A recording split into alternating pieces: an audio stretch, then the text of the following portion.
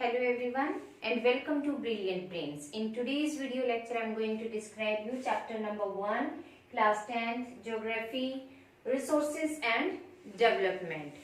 इससे पहले की वीडियो लेक्चर के अंदर हमने पढ़ा था कि what is the land use pattern in India and after using the land on extent level the problem of land degradation comes in front of us.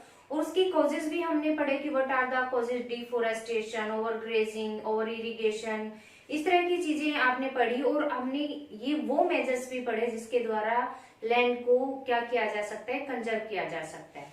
तो इस वीडियो लेक्चर के अंदर हम क्या कवर करने जा रहे हैं, सोयल एज रिसोर्स। अब देखिए यहाँ पे क्या वर्ड आया है, सोयल, और अभी तक हमने किसके बारे में पढ़ा, लैंड के बारे में। तो सबसे पहले आपको यहाँ ये डिफरेंस क्लियर हो जाना चाहिए कि सोयल और लैंड के अंदर क्या डिफरेंस होता है। देखिए एक जो वी कैन से कि अगर हम ज्योग्राफिकल लेवल पर देखें तो लैंड हमें डिफरेंट टाइप की मिलती है। लैंड के ऊपर पहाड़ भी हो सकते हैं, पठार भी हो सकते हैं और प्लेन भी हो सकता है। मीन्स एक फिजिकल फॉर्म वो दिखाती है हमें कि इस तरह का फीचर ये है। अगर हम माउंटेन की बात करें तो क्या कहेंगे, माउंटेन ही एरिया है। अगर प्लेन की बात करें तो क्या कहेंगे, प्लेन है। प्लेट्यू की बात करें तो क्या कहेंगे, ये प्लेट्यू है। लेकिन सोयल जो है इसका एक बहुत ही स्मॉल फॉर्म है कि इन लैंड फॉर्म्स के ऊपर जो पार्टिकल्स शॉर्ट उसमें मिलते हैं उसको हम क्या बोलते हैं, सोयल बोलते हैं। तो this is the difference between land and soil. Land is a big form and big contest we can say, and soil is the small form. Okay, तो सोयल एज रिसोर्स के बारे में पढ़ेंगे। बहुत ही इंपॉर्टेंट है सोयल हमारे लिए। क्यों इंपॉर्टेंट है कि ये ऑलमोस्ट हर लिविंग थिंग और ऑर्गेनिज्म को लाइफ सपोर्ट करती है।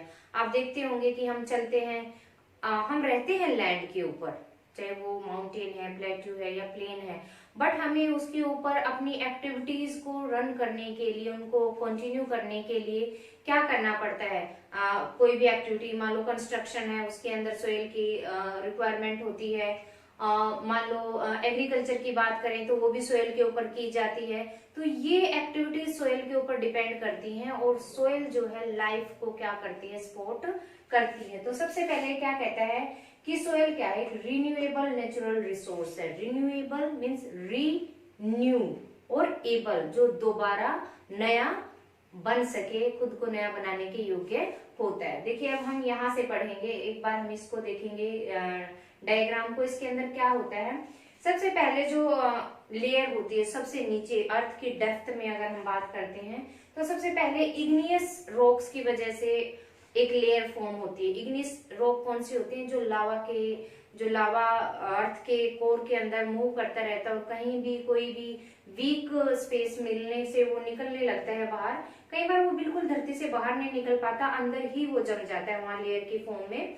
तो वहां पे जो चट्टाने या रॉक्स बनती हैं वो अनवेदर्ड पेरेंट बेडरॉक कहलाता है। पेरेंट मीन्स बिल्कुल जो फर्स्ट टाइम फॉर्मेशन देने वाला होता है। अनवेदर्ड मीन्स उनके ऊपर किसी भी तरह की वेदरिंग नहीं होती है, ना वाटर के थ्रू ना एयर के थ्रू, किसी भी तरीके से एटमॉस्फेरिक प्रेशर, किसी भी तरह का कोई रिएक्शन नहीं होता।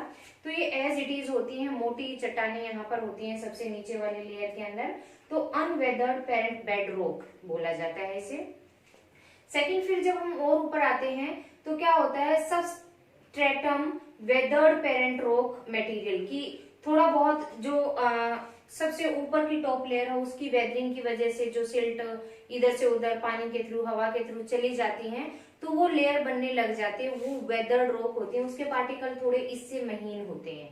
थर्ड नंबर पे क्या होता है कि इन रॉक्स का भी वेदरिंग होती है, बहुत ज्यादा कंटेंट में होती है, एयर के थ्रू, वाटर के थ्रू, एटमॉस्फेरिक कंडीशंस के थ्रू, एक्शन रिएक्शन के थ्रू। तो वहां पे सब soil weathered rocks and silty clay हो जाती है। मीन्स वो पार्टिकल इन रॉक्स के धीरे धीरे टूटते टूटते क्या होते हैं, एक जगह से दूसरी जगह जाते रहते हैं और लेयर के ऊपर लेयर बनती रहती है। और जो थर्ड नंबर पे लेयर बनती है वो सब सोयल होती है, मीन्स सोयल टाइप होती है। और उसके अंदर क्ले, शिल्ट क्ले होता है, मीन्स महीन कण आने लग जाते हैं। उसके बाद होती है सबसे ऊपर की जो लेयर होती है जिसके ऊपर हम सारी एक्टिविटीज करते हैं, एग्रीकल्चर है या कुछ भी और है एक्टिविटी करते हैं, वो होती है, उसको बोलते हैं टॉप सोयल या अपर सोयल लेयर। और ये यहीं पर वो चीज होती है इसमें ह्यूमस प्रेजेंट होता है और ये ह्यूमस की प्रेजेंस जो होती है इसको बहुत ज्यादा फर्टाइल बनाती है और सभी एक्टिविटीज फॉर्म करने के लिए एबल होती है।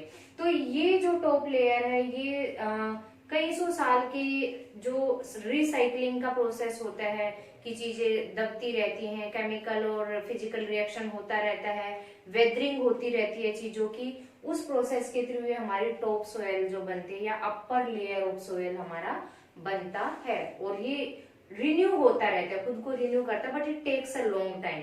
तो सबसे पहली बात क्या है कि सोयल क्या करती है, एक रिन्यूएबल नेचुरल रिसोर्स है, नेचुरल है, हम नहीं इसको बना सकते कि केमिकल रिएक्शन फॉर्मूले से इसको बनाए, नेचुरली ये प्रोसेस चलता है, but it tooks a long time. Renewable definitely but tooks long time. So हमें इसको डिग्रेड नहीं होने देना चाहिए, जो कि हमने पढ़ा कि डिग्रेडेशन होता है इसको हमें बचाना चाहिए। लाखों करोड़ों साल लग जाते हैं इसको अपने आप को खुद को रिन्यू करने के लिए। अब ये क्या कहता है, support plant growth and organism. अब हमें ये पता है कि टॉप लेयर के ऊपर ही ट्रीज, प्लांट, ऑर्गेनिज्म, बहुत सारे जीव जंतु मिट्टी के अंदर भी रहने वाले होते हैं, लाइक अर्थ वॉर्म्स वगैरह होते हैं, और भी बहुत सारे इंसेक्ट्स होते हैं जो अर्थ के अंदर रहते हैं, और पेड़ पौधों को ये क्या करती है, ग्रो करने के लिए सपोर्ट करती है। तो सोयल क्या करती है, support plant growth and organism like vegetation and life form in different areas. Vegetation means to say पेड़ पौधों का उगना, नेचुरली भी ग्रो होते हैं, फॉरेस्ट भी होते हैं, हम खुद भी उगा देते हैं, और एग्रीकल्चर के लिए भी हम बहुत सारे क्रॉप्स भी ग्रो करते हैं। तो वो किसके अंदर पॉसिबल है, सोइल के अंदर पॉसिबल है। और डिफरेंट लाइफ फॉर्म्स होती है जो लाइक हम डिपेंड करते हैं उस सोइल की ग्रोइंग के ऊपर ही, क्रॉप्स भी, हम वेजिटेरियन भी होते हैं, नॉन वेजिटेरियन भी होते हैं। तो that is the life cycle जो चलता रहता है। तो ये क्या करती है, लाइफ को सपोर्ट करती है। नेक्स्ट ये क्या कहती है, लिविंग सिस्टम है। सोयल क्या है, एक लिविंग सिस्टम है। कैसे है, वैसे तो कहोगे कि मैम अगर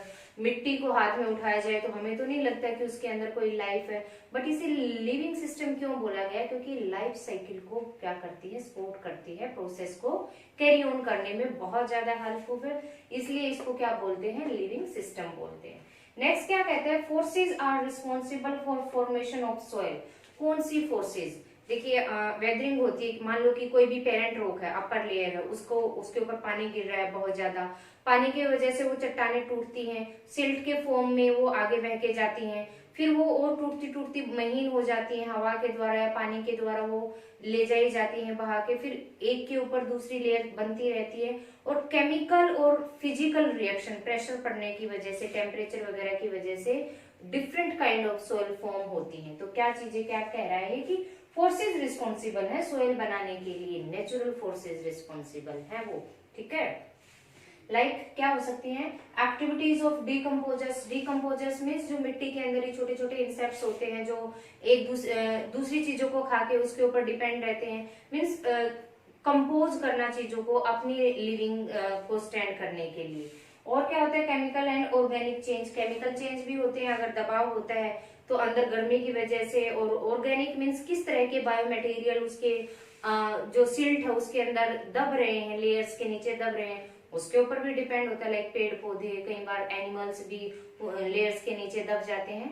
तो इससे ये क्या कहता है कि फोर्सेस रिस्पॉन्सिबल हैं, और वो कौन सी हैं, activities of decomposers, chemical and organic changes. अब ये कहता है कि सोयल फॉर्म होती है, बनती है, हमने देख लिया किस तरीके से बनती है। हमने यहाँ से देखा कि पहले पेरेंट रॉक होते हैं जो इग्नियस रॉक से बनी हुई होती है, उनकी वेदरिंग होती है, फिर उनकी वेदरिंग होती है, और लेयर के ऊपर लेयर चलती रहती है, और ये जो टॉप लेयर होती है इसमें कौन सी एक्टिविटीज होती हैं, एक्टिविटीज यहाँ पे कौन से काम करते हैं, डीकम्पोजर्स और केमिकल एंड ऑर्गेनिक एक्टिविटीज काम करती हैं, जिसकी वजह से ह्यूमस प्रेजेंट होता है जिस सोयल के अंदर, वो टॉप लेयर फॉर्म होती है और हमारी लाइफ सिस्टम को वो सपोर्ट करती है।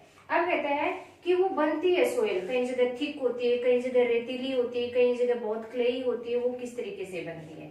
ये कहता है कि thickness, texture, age, chemical and physical properties are responsible factors for classification. Classification means कि हम सोयल, हमें हर जगह एक जैसी सोयल नहीं मिलती है, हमें डिफरेंट टाइप्स ऑफ सोयल मिलती है। जैसे आपने कई बार पढ़ा red soil, black soil, alluvial soil. तो ये किस चीज के ऊपर डिपेंड होती है कि उनकी थिकनेस कितनी है, उनका टेक्सचर कैसा है, एज कैसी है, कितनी पुरानी मिट्टी है वो, केमिकल एंड फिजिकल प्रॉपर्टीज क्या है कि उनके अंदर मिनरल्स, केमिकल क्या क्या प्रेजेंट है, phosphorus, iron, so many things are present in the soil. तो ये चीजें क्या कहता है कि सोयल की क्लासिफिकेशन के लिए क्या है, रिस्पॉन्सिबल है। आई होप कि आपको सोयल और लैंड के बीच में डिफरेंस क्लियर हो गया होगा। लैंडफॉर्म एक बड़ा फिजिकल फीचर होता है जिसको हम एक्सप्लेन करते हैं किसी भी ज्योग्राफिकल एरिया को, किसी भी जगह के ज्योग्राफिकल एरिया को लैंड फीचर्स में डिवाइड करते हैं। सोयल स्मॉल लेवल पे हम उसको काउंट करके चलते हैं, उसके अंदर मेन जो है पार्टिकल होते हैं, स्मॉल पार्टिकल्स होते हैं, और लाइफ सिस्टम को वो सपोर्ट करके चलता है। तो ये उसके फीचर्स हो गए। रिन्यूएबल है, लाइफ को सपोर्ट करती है, लिविंग सिस्टम है, फोर्सेस रिस्पॉन्सिबल होती हैं फॉर्मेशन के लिए, और क्लासिफिकेशन के लिए ये सब चीजें, टेक्सचर आदि इसके लिए रिस्पॉन्सिबल होता है कि सोयल का क्लासिफिकेशन कैसे किया जाएगा। तो नेक्स्ट वीडियो लेक्चर में हम क्या कवर करेंगे, classification of soil, different kind of soils and what are the features of those soils. Till then, keep watching and kindly like, subscribe and share my video. Thank you.